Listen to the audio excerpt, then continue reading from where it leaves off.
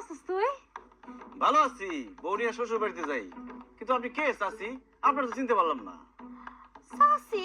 তুই আমার সাসি ডাকতেছিস কেন? আমার তুই ভুলে গেছিস, আমার নাম সুইটি।